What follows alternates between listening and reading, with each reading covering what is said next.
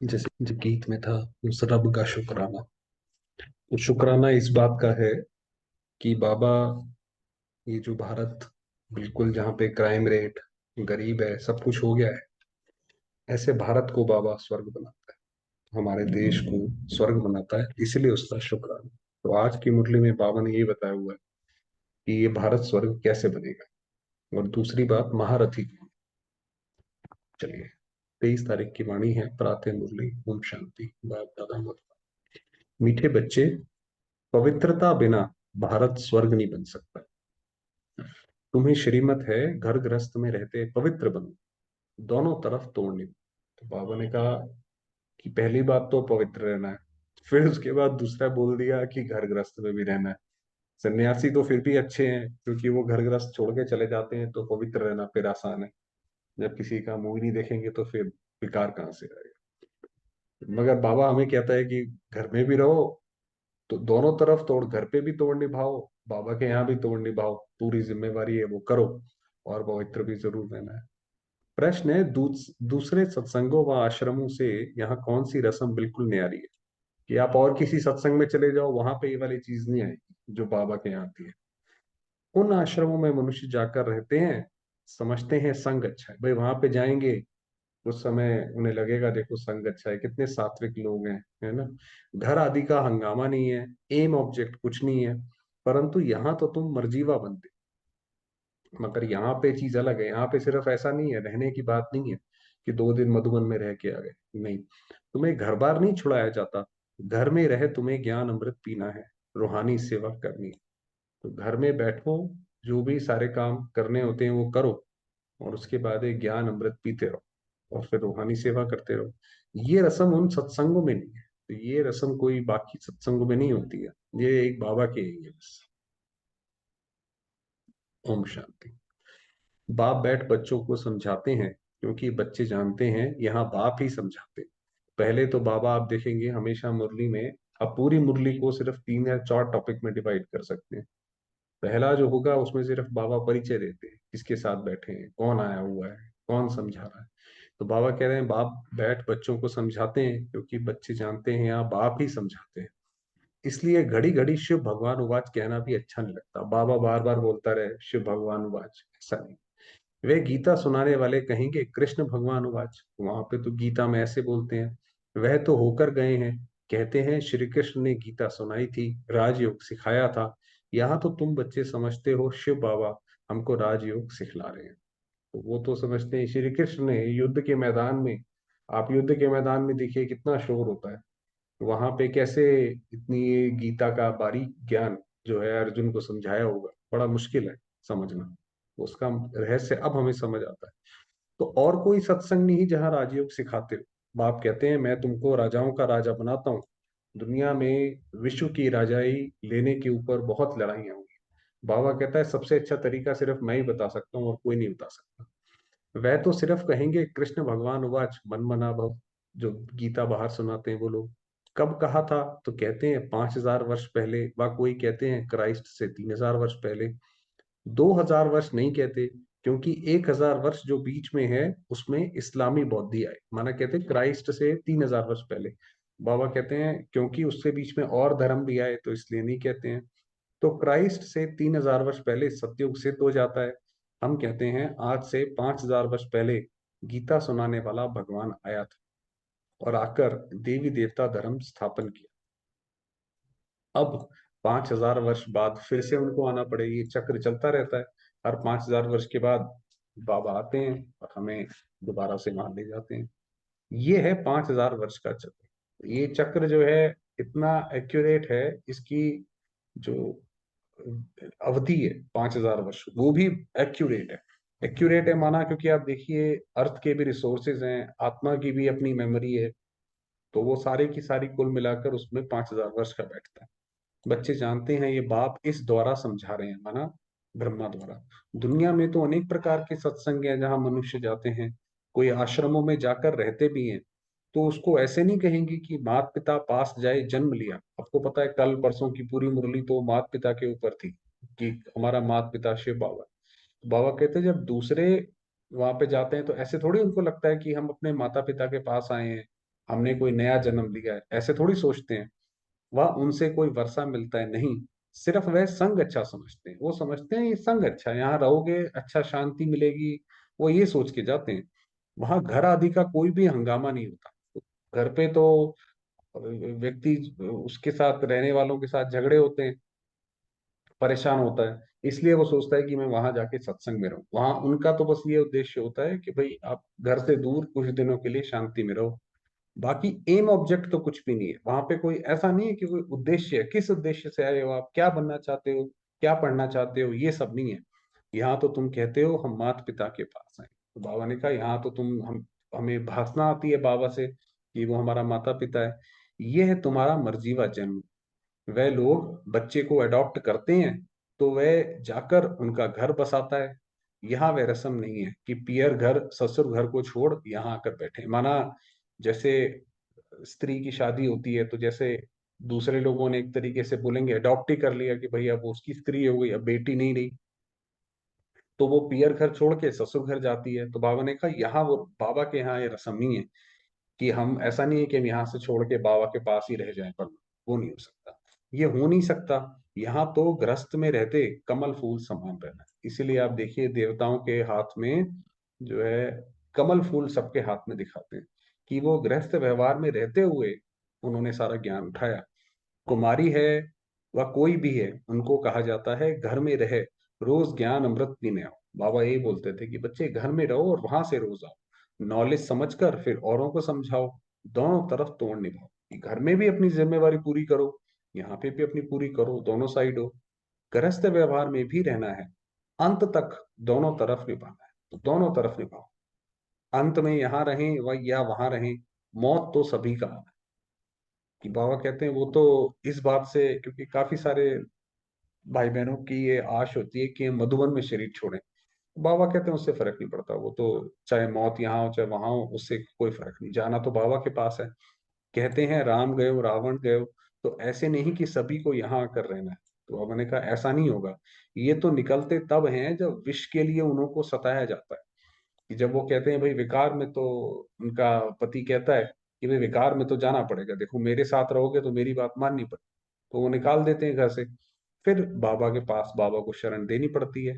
कन्याओं को तो भी रहना घर में है, मित्र संबंधियों की सर्विस करनी है। सोशल वर्कर तो बहुत है, बाबा ने कहा तुम्हें भी जैसे ये सोशल वर्क करना है।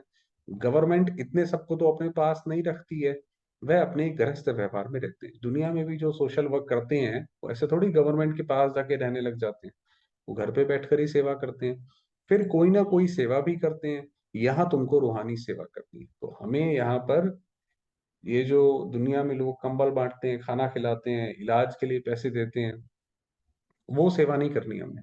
हमने रूहानी रूह की सेवा करनी है, गृहस्थ व्यवहार में भी रहना है। हाँ, जब विकार के लिए बहुत तंग करते हैं तो आकर ईश्वरीय शरण लेते हैं। यहाँ विष के कारण बच्चियां बहुत मार खाती हैं, और कहाँ भी ये बात नहीं है। अब बाबा कह रहे हैं, जैसे बाबा ने शुरुआत मुरली ऊपर से यही करी थी कि बाकी जगह और बाबा के उसमें क्या फर्क है। बाबा ने कहा बाकी सत्संगों में ऐसा नहीं होता कि आपको कोई धारणा के लिए बोले, वही वो धारणा के लिए बाकी लोग गुरु बोलेंगे, वहां तो कोई आएगा नहीं, आएगा नहीं तो पैसे नहीं देंगे, तो उनको तो पैसा चाहिए। बाबा कहते हैं मगर बाबा के यहाँ तो धारणा ऐसा। बाबा ने कहा यहाँ पे तो बच्चियां बहुत मार खाती हैं, यहाँ तो पवित्र रहना पड़ता है। गवर्नमेंट भी पवित्रता चाहती है। अब गवर्नमेंट भी तो बोलती है ना कि बच्चे कम करो, ऐसा करो, उपाय बताती रहती है, ये करो वो करो। परंतु गृहस्थ व्यवहार में रहते पवित्र बनाने की ताकत ईश्वर में ही रहती है। अगर ये जो ताकत है कि आत्मा के अंदर पवित्रता की धारणा नेचुरल हो जाए, उसको कुछ उसके लिए अलग से तप, ऐसा नहीं घर छोड़ के जा रही है तप में बैठी है तप करे, तो वो शिव बाबा ही कराते हैं। समय ऐसा है जो गवर्नमेंट भी चाहती है कि बच्चे जास्ती पैदा ना हो, वही वो बर्थ कंट्रोल वगैरह करते हैं क्योंकि गरीबी बहुत है। तो चाहते हैं भारत में पवित्रता हो, बच्चे कम। पहले बहुत होता था कि उनको लगता था कि भाई हम ये जनसंख्या कंट्रोल करें। बाप कहते हैं बच्चे पवित्र बनो तो पवित्र दुनिया के मालिक बनेंगे। तो ये बात उन्हों की बुद्धि में नहीं है, इनकी गवर्नमेंट की बुद्धि में नहीं है। वो ये नहीं कह सकते कि भाई पवित्र बनो, वो तो अपना ये दूसरे तरीके से इनडायरेक्ट रूप से कहेंगे भाई बच्चे कम करो। भारत पवित्र था, अभी अपवित्र है। सभी आत्माएं खुद भी चाहती हैं कि पवित्र बने। आत्मा के अंदर में ये आश तो रहती है, मगर उसके अंदर ताकत नहीं रहती है। यहाँ दुख बहुत है।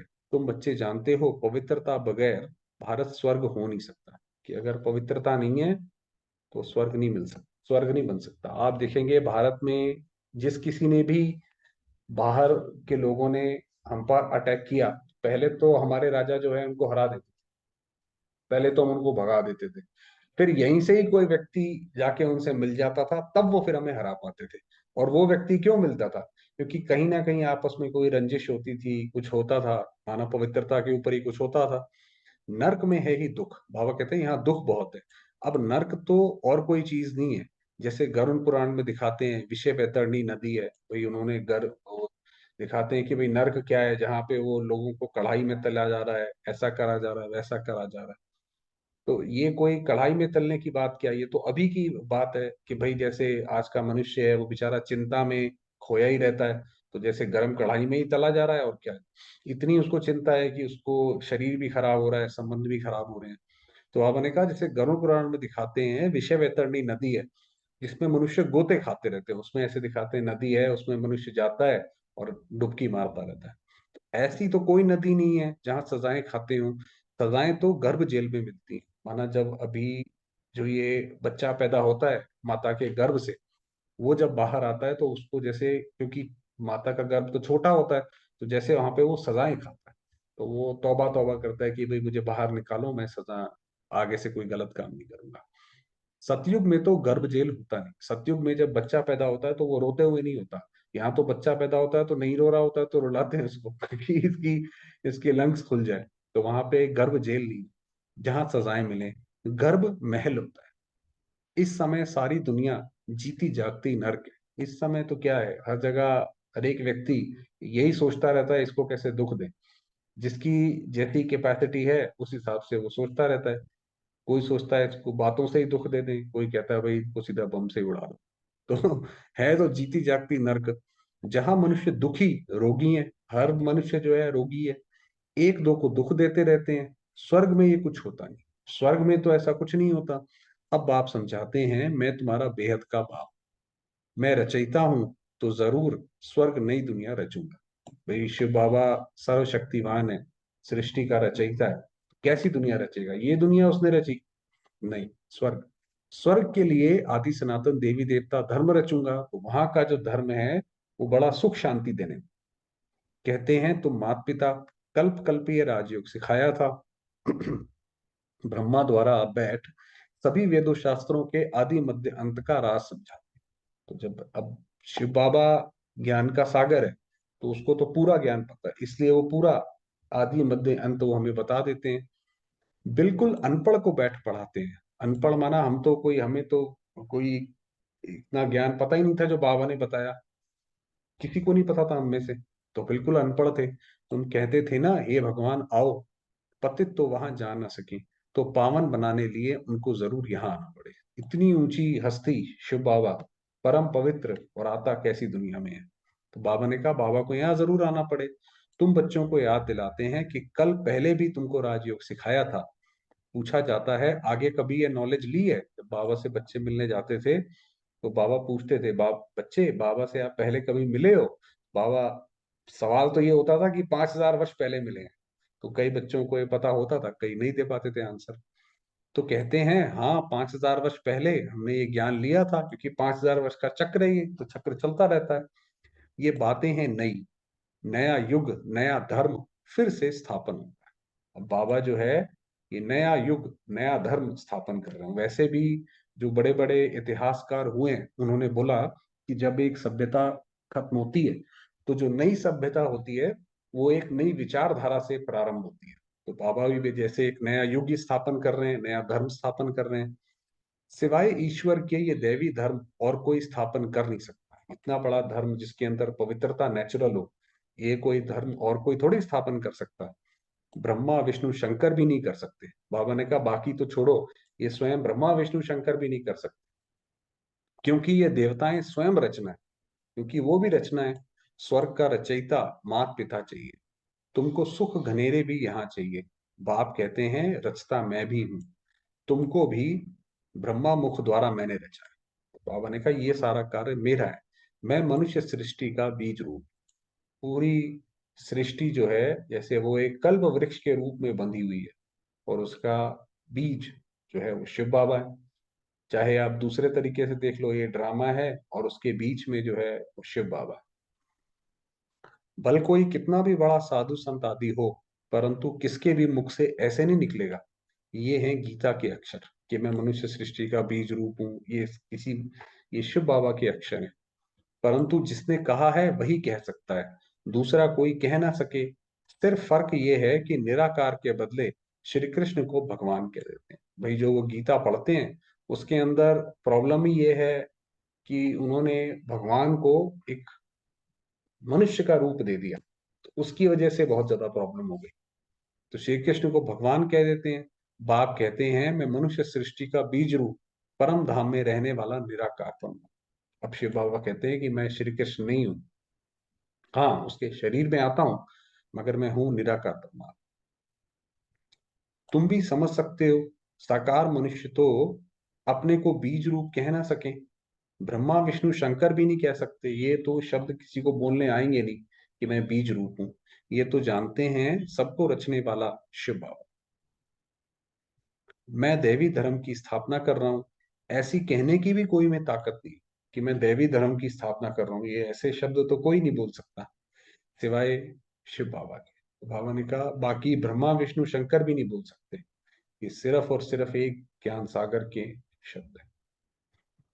चलिए वरदान पढ़ते हैं, बाकी रात को कवर करेंगे।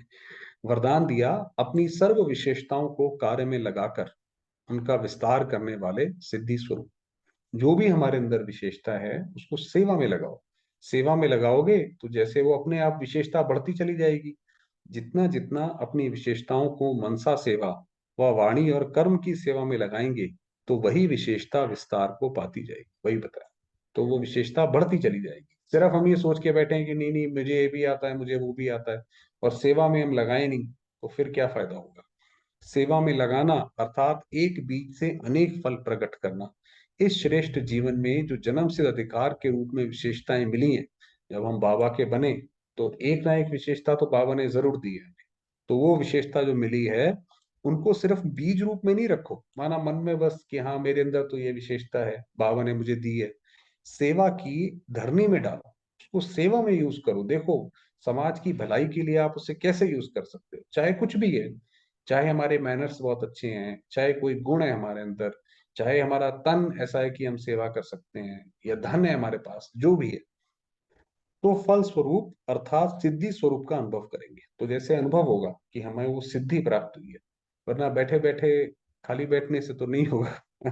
कुछ स्लोगन है, विस्तार को ना देख सार को देखो और स्वयं में संभालो, यही तीव्र पुरुषार्थ है। भाई कोई बात आप चार शब्दों में बोलते हो, उसको एक शब्द में बोलो, उसको सार में समझ लो, अच्छा ये चीज ऐसे है, बहुत बढ़िया। तो जब ऐसा होने लग जाए, चीजें सार में समझ आने लग जाएं और अपने अंदर समा लें हम, बजाय ज्यादा उसके डिस्कशन के या विस्तार में जाने के, तो समझो वो तीव्र पुरुष है। चलिए बाबा को याद।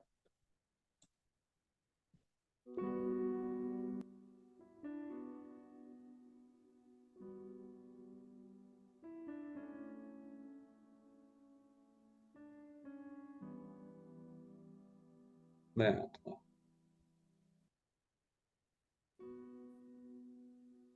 ज्योतिर्बिंदु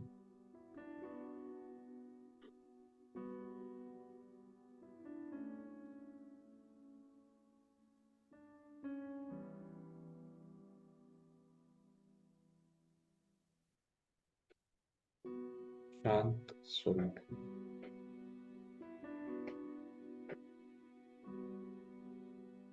पवित्र स्वरूप।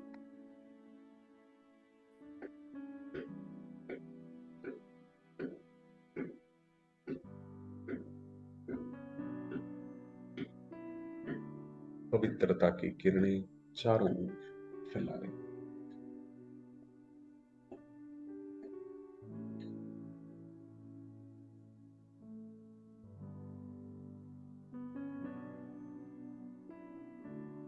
कि शरीर मेरा मंदिर, पवित्र है, स्वस्थ है।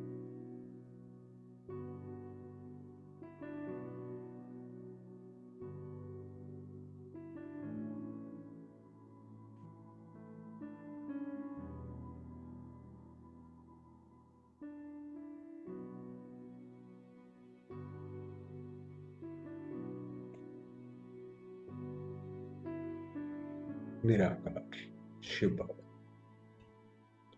ज्योतिर्बिंदु।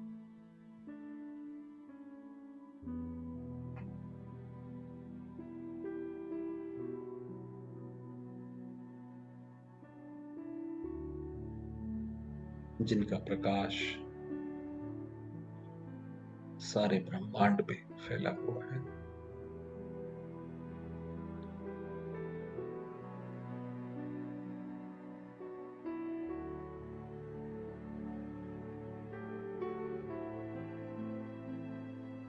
जो कि परम धाम में स्थित है।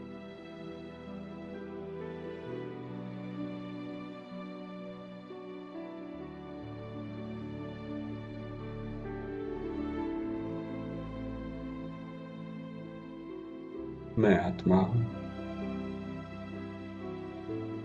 बाबा की किरणों में समाई हुई।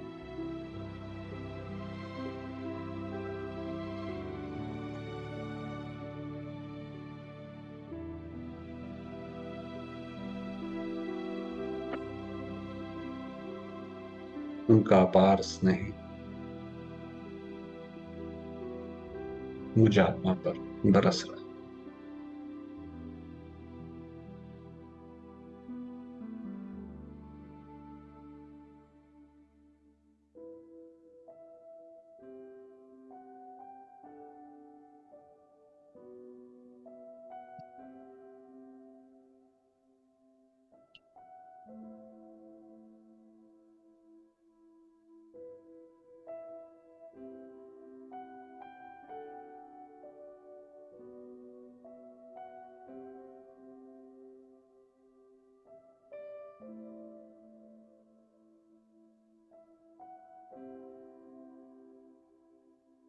बाबा की किरणों को, उनके स्नेह को स्वयं समाती जाती है।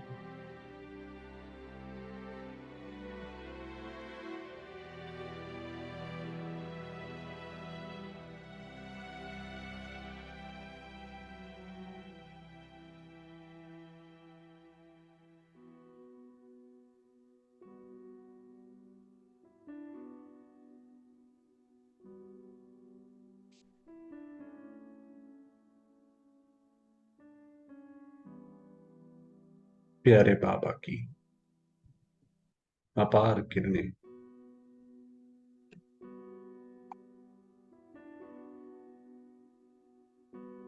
मुझ आत्मा पर पड़कर सारे विश्व में फैल रही।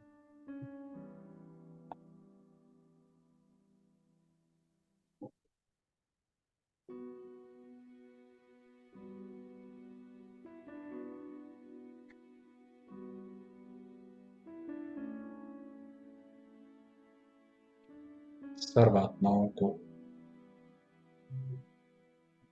सुख शांति प्रदान कर रही है।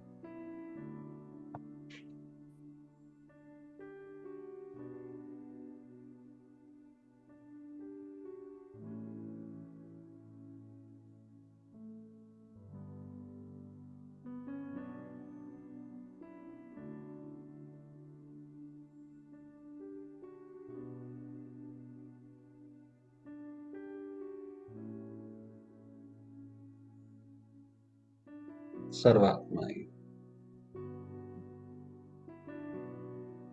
अपने दुखों से, चिंताओं से मुक्त है।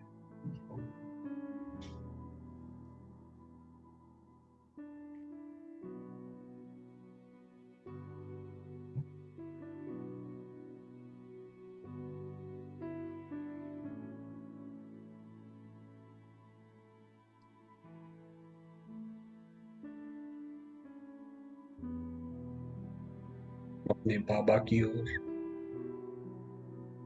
परम धाम की ओर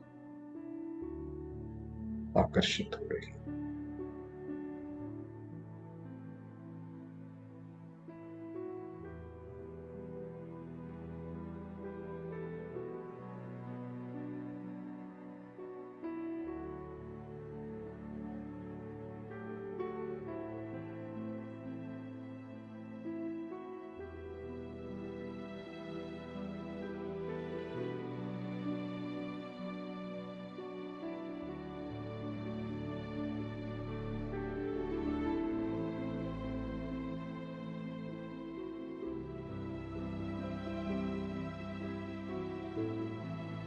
प्रकृति के पांचों तत्व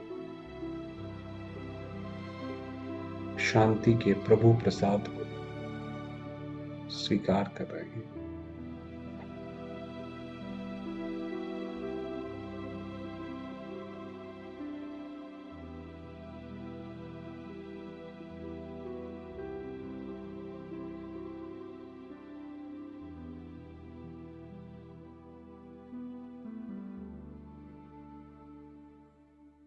और मैं आत्मा बाबा के साथ कंबाइंड